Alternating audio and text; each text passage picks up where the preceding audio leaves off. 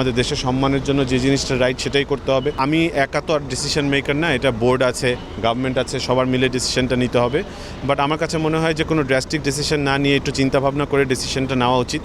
আমার কাছে মনে হয় বিসিসিআই এবং আইসিসির সাথে, অথবা যদি সেটা হয় ইন্ডিয়ান গভর্নমেন্টের সাথেও একটা ভালো কমিউনিকেশন করে ফাইনাল ডিসিশনটা নেওয়া উচিত। এন্ড অফ দ্য ডে আমাদের দুইটা জিনিস মাথায় রাখতে হবে। একটা হচ্ছে আমাদের দেশের সম্মান, আমাদের দেশের সম্মানের জন্য যে জিনিসটা রাইট সেটাই করতে হবে। আরেকটা আছে হচ্ছে আমাদের ক্রিকেটিং ফিউচার, আমাদের ক্রিকেটের স্বার্থে যেটা রাইট ডিসিশন হবে সেটাও আসলে নেওয়া উচিত।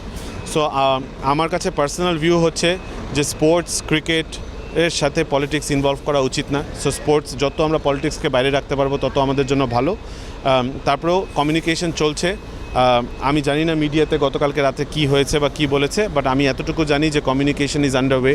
আমরা আমাদের গভর্নমেন্টের সাথে, তাদের গভর্নমেন্টের সাথে, বিসিসিআইয়ের সাথে, আইসিসির সাথে, সবার সাথে কমিউনিকেশন করছি। বাট আমি একটা জিনিসই মনে করি যে কোনো ড্রাস্টিক ডিসিশন না নিয়ে চিন্তাভাবনা করে ডিসিশন নেওয়া উচিত। কোনো শিরোপার চিন্তা করাটা আসলে নট দ্য রাইট টাইম। আমাদের প্রথমে আমরা কিভাবে করে টপ 4 কোয়ালিফাই করব, তারপরে কিভাবে করে 1-2 ফিনিশ করব, এবং তারপরে কীভাবে করে ফাইনাল খেলবো, দ্যাট ইজ দ্য প্রসেস। এবং সেই প্রসেসের বাইরেও আমরা যেতে চাই না।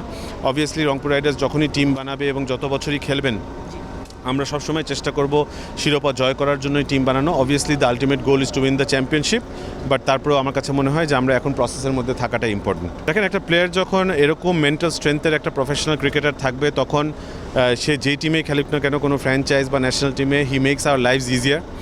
বিকজ যখন পুরো দেশ এবং পুরা ওয়ার্ল্ড ক্রিকেট এটাতে এত কনসার্ন দেখাচ্ছে, তখন ওকে যখন আমরা দেখি রিল্যাক্স, তখন ও আমাদেরকেও রিল্যাক্স করে দেয়।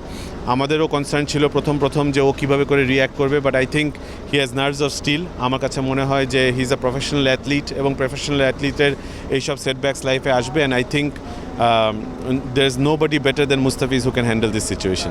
For more updates, subscribe to our YouTube channel and click on the bell icon. Follow us on Facebook and Instagram. Download T-Sports app to enjoy exciting games and highlights. Visit tsports.com.